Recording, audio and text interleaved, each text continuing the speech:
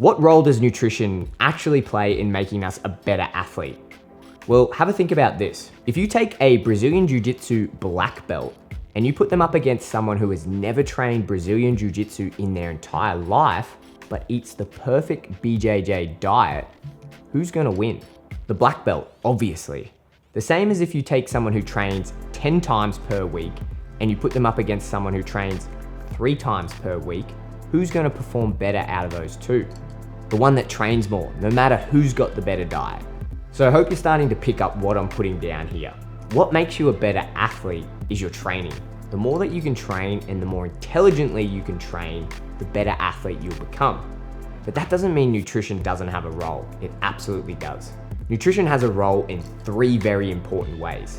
1, by having the right amount of energy so your body operates properly. 2, by providing the right amount of fuels so you can keep up with the work rate required during your training. And 3, by providing the nutrients required to keep your body systems healthy so you can recover properly and keep turning up to training every single day.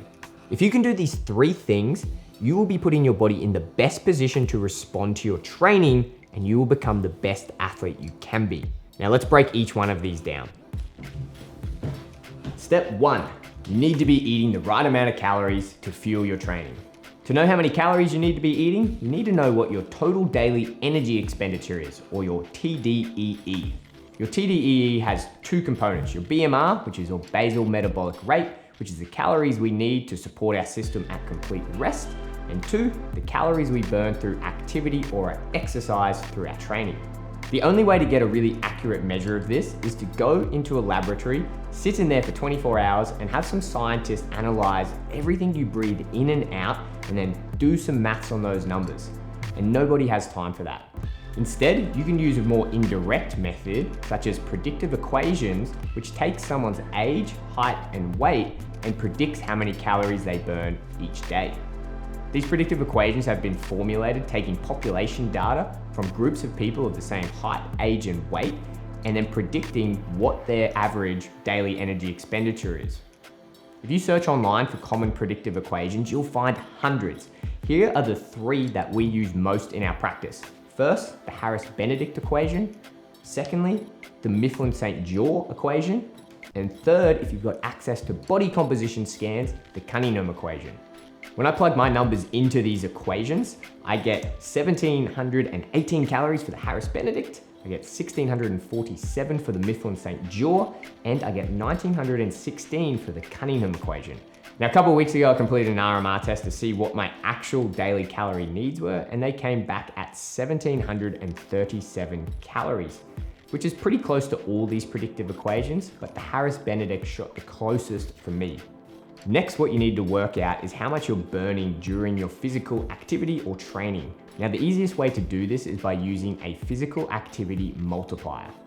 These physical activity multipliers have been attained by studying subjects in a laboratory completing certain tasks and seeing how many calories they burn for that task. They're not perfect, but they're a great guideline to give you an idea of how much you're burning through your activity. All you have to do to use them is simply pick the activity level that resonates best with your training load and lifestyle. Now, before you get too bogged down in all of the details of the exact numbers using these equations, you need to understand that we are doing this to get an idea of something much more important than just the energy that we're burning. We're doing this so we can have a better grasp on what our state of energy availability is. Energy availability is a concept that describes how many calories are left for the body to use after all the calories from exercise have been taken away. The concept of energy availability has been studied for over 30 years, ever since researchers realized that there is a relationship between decreased energy intake and a decrease in the overall function of the body. As early as 1985, researchers studying female rodents noticed the relationship between decreased calorie intake and a loss of reproduction cycles in the rodents. Since 1994, Anne Lux and her team has been studying the relationship of decreased energy intake and decreased bone mineral density. And ever since, her team has come up with a lot of the equations that we use to describe a state of energy availability today. You may have heard this take on many different names over the years, such as female athlete triad, energy deficiency syndrome, relative energy deficiency syndrome, but the concept always remains the same. When a person does not consume enough calories through their diet, exercises extensively, or even both, they experience negative consequences to their health and their body system starts shutting down. Put simply, our body has a set amount of calories that it needs to function properly. And if we do not put those calories in, our body system starts shutting down one by one.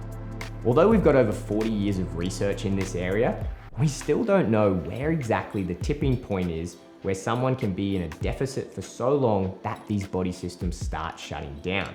Even though we don't have this hard and fast set number, we do have a very good idea of what the signs and symptoms are that you can look for that indicate that you are getting towards that point.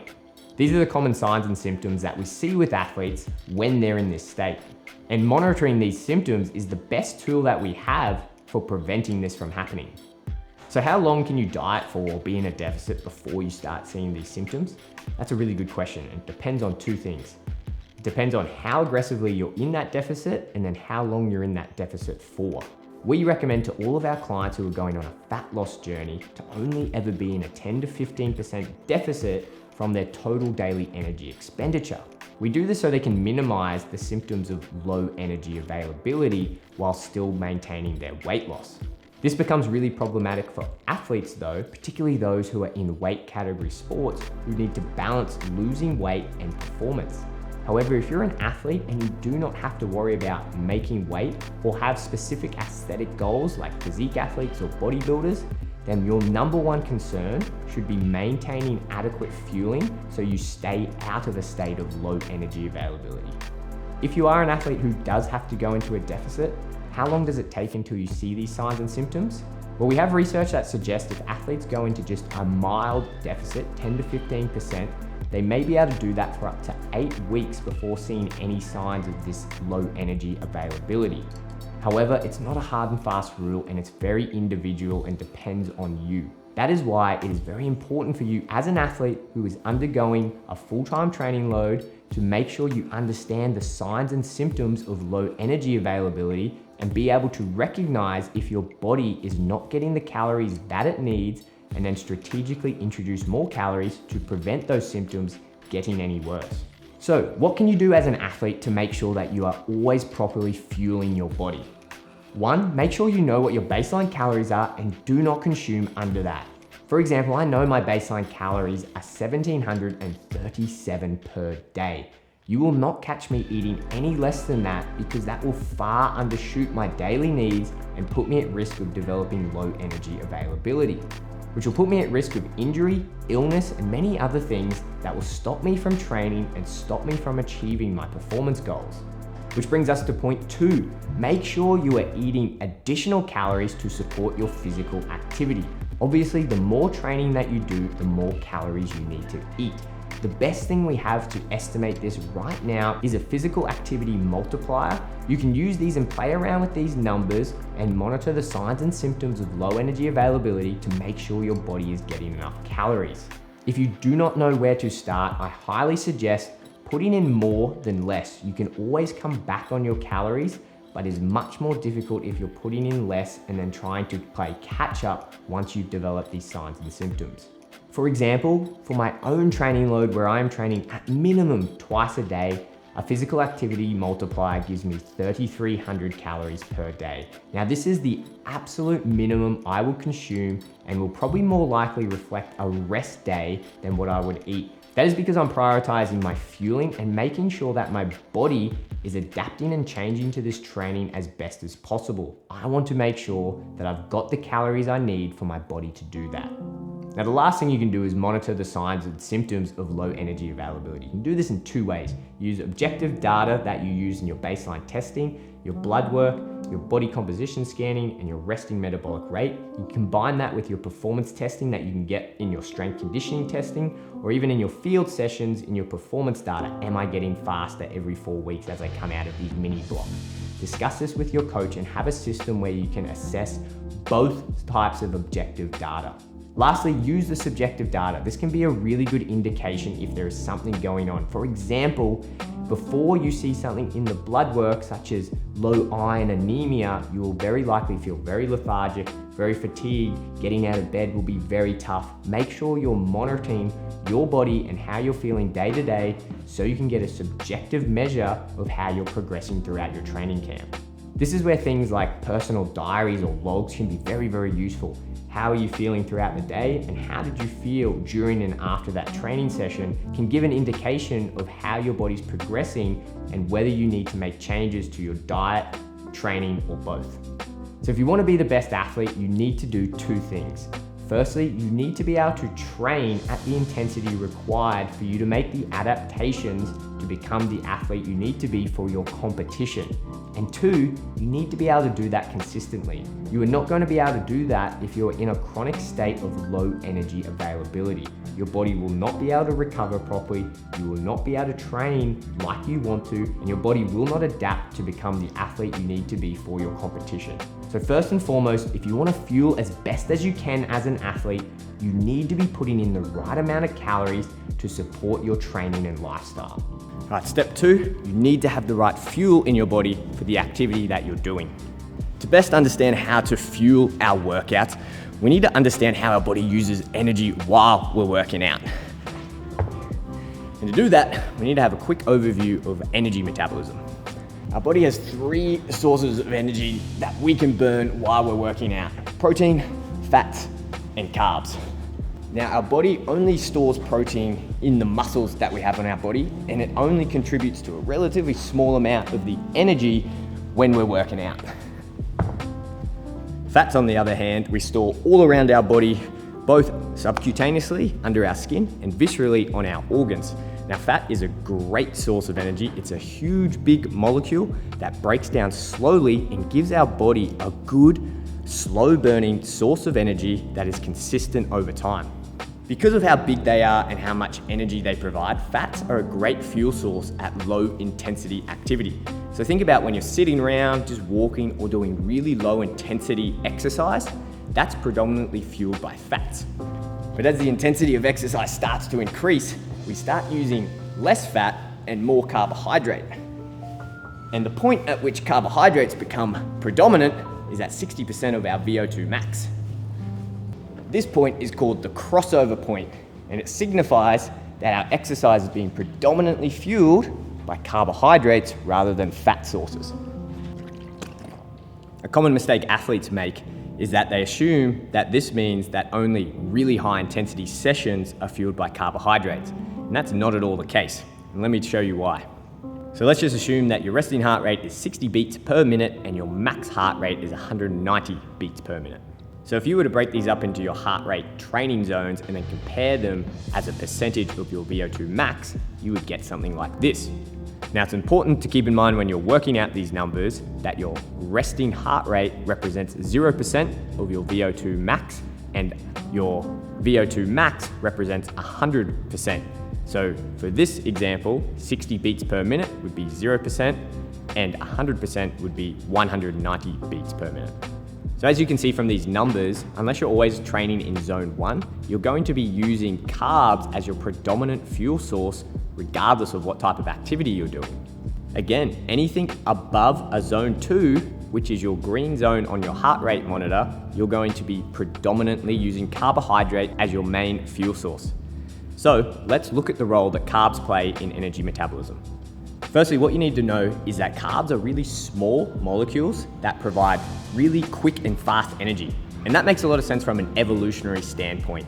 If you were a caveman sitting in your cave and a bear came in, you either have two options, you fight or you flight. But you can't use the slow burning fats to make one of those decisions. It makes sense to have an energy source that is very rapid, gets into your body really fast, and supplies your muscles with energy so you can either run away or stand toe to toe with that bear. To ensure that we've always got a good supply of this quick, fast energy, our body stores carbohydrates in the form of what is called glycogen.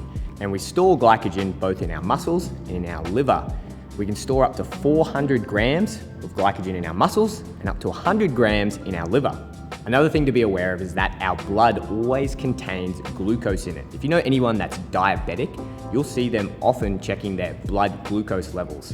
What they're doing is checking to make sure that the glucose in their blood is staying within a certain range. Our body keeps our blood glucose levels in a really strict range because glucose is so important, as it's the main provider of energy for our brain, and our muscles always need a ready source of glucose in case they need to fight or flight. So now we know we have two sources of carbs in our body: glucose in our blood and glycogen in our muscle and liver. Now we can start exploring how we optimize both of these sources to optimize our exercise output. As I said earlier, our body has about 500 grams of glycogen. Now remember, that's going to be different for everyone based on your own individual body composition. But the rate at which we break that glycogen down during exercise depends on two things: the intensity of the exercise and the duration of the exercise. The harder that you exercise, the faster you'll break that down, and the longer that you exercise, the more time spent breaking down that stored glycogen. This is a good visual to help you understand how much fuel you have in your tank if you were to start training fully glycogen loaded. Whenever I talk to athletes about this, they always make the same mistake of assuming that just because they have muscle glycogen in their storage, that they'll be able to exercise for long periods of time without adding any additional fuel. Although they're not wrong, as you can see in that last visual, there is something that's very important we need to discuss, and that's the relationship between glycogen and our perceptions of fatigue. It seems that as our muscle glycogen decreases, our perceptions of central fatigue, or our feelings of how fatigued we are, increase quite drastically. And although this relationship is pretty misunderstood at the moment, all you have to do is talk to someone who's run a marathon and hit the wall, and they will tell you how terrible that feeling is. Even someone who does a wrestling class in the evening after training in the morning and then not eating properly after that morning session will tell you just how much tougher that evening session is if they haven't eaten properly beforehand. When our muscle glycogen starts depleting past a certain point, we just find exercise so much harder. This means completing a session properly fueled will feel a lot less harder than if you were going in there depleted. And remember, the whole point of training is to turn up to the training session and complete that training session at the work rate required to get the adaptation that you're looking for. Now think if you turned up to a high intensity training session and you were only able to give 30% to that training session. Now think if you did that to 3 out of the 5 training sessions that you do a week. That means that 60% of your training sessions, you're only giving 30%. Now, are you really going to be adapting the way that you need to be getting better at your sport and performing better? Probably not.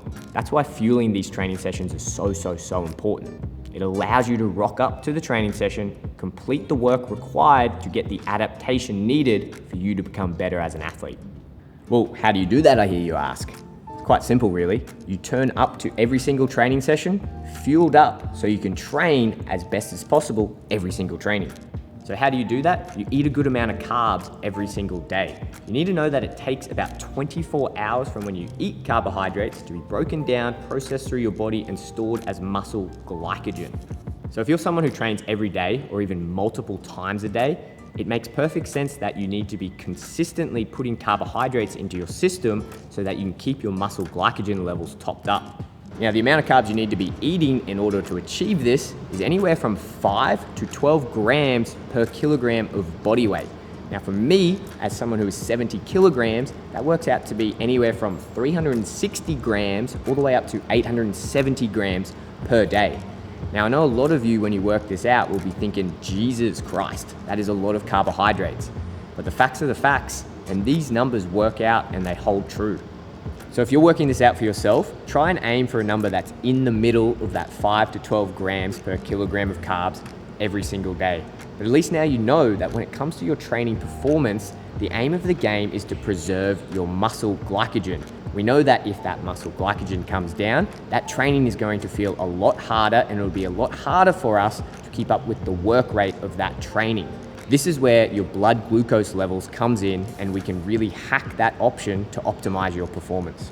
So when we're exercising, our muscles will be breaking down the muscle glycogen, but they will also be taking glucose from our blood. Now this creates a unique opportunity where we can supply outside carbohydrate sources and top up our blood glucose levels in order to spare the muscle glycogen.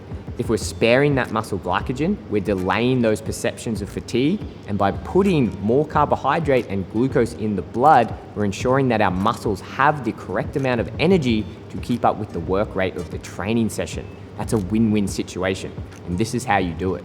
This is why you see so many athletes consuming sports drinks, sports gels, bananas, or even oranges at halftime or during their training session. They're trying to top up their blood glucose levels to delay breaking down that muscle glycogen. But there is some strategy to it. The strategy is twofold: how much carbohydrate you put in and the type of carbohydrate you put in. Now, when you're putting in carbohydrate through your mouth, it has to go down your throat, into your stomach, and pass into your small intestine. The first part of the small intestine is where these carbohydrates will cross from the gut into the blood to be made available for the muscles. Now, to do this, they need to go across two transporters. One of them is for glucose and one of them is for fructose.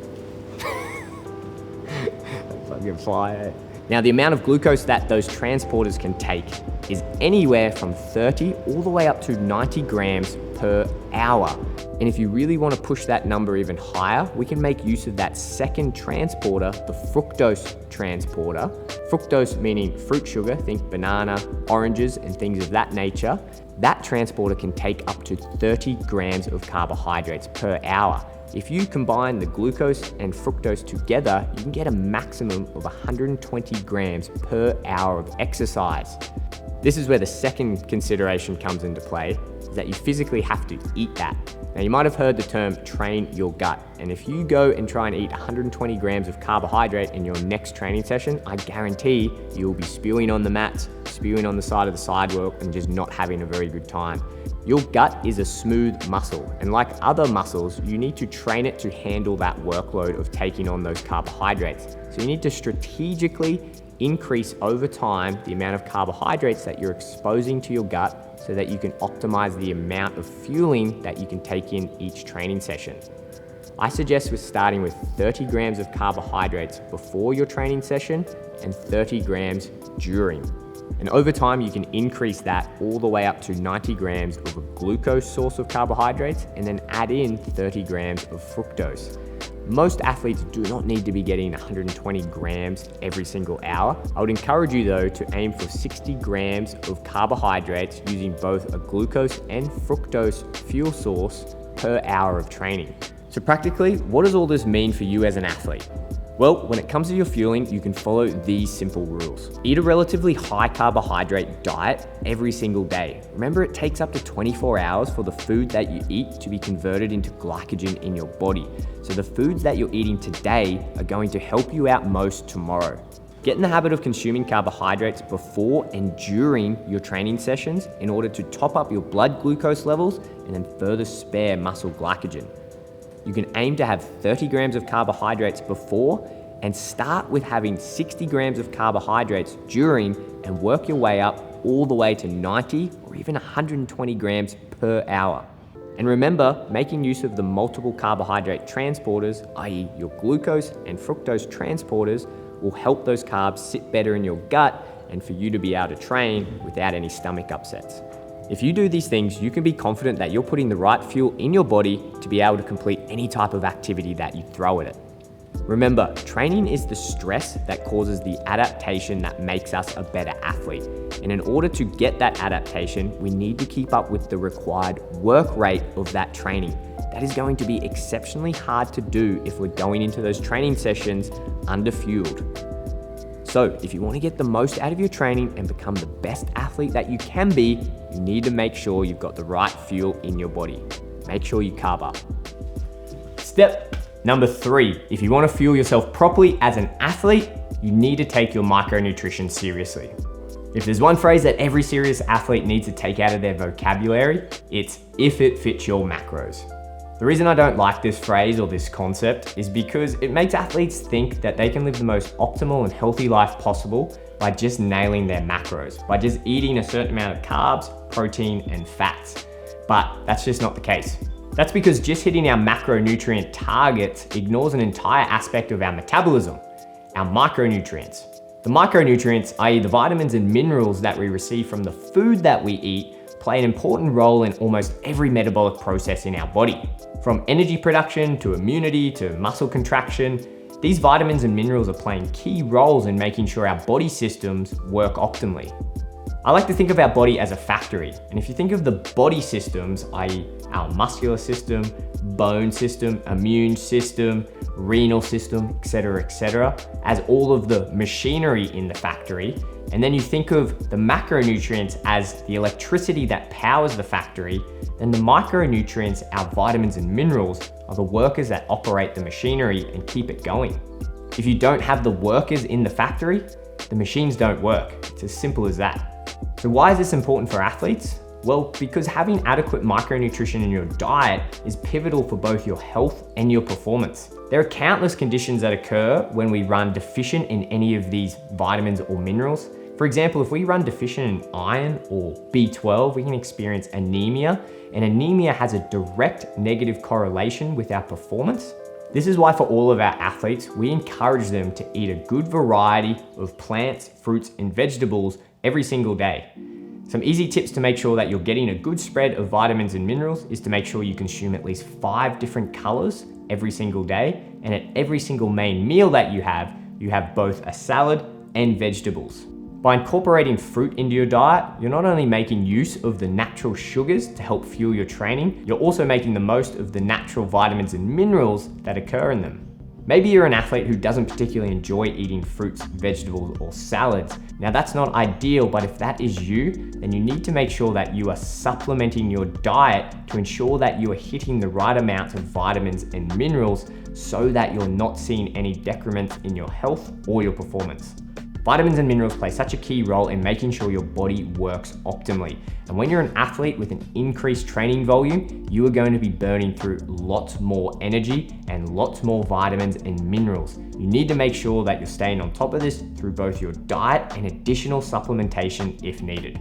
So here are our top tips for athletes to optimize their micronutrient intake. Number 1, try and consume 5 different colors of fruits and veg daily. Number 2, utilize smoothies or juices to bump up your intake. Number 3, utilize fortified foods such as cereals or milks to increase your intake of micronutrients. Number 4, use supplements when necessary, but just be mindful not to megadose and overdo it. Number 5, monitor your blood work to make sure that you're on top of any vitamin or mineral deficiencies. And there it is, 3 things all athletes should be doing to optimize their fueling. Make sure you guys like and subscribe to the channel so you never miss another video. And if there's any other topics you want us to deep dive into, make sure you mention it in the comments. I'll catch you guys for the next one.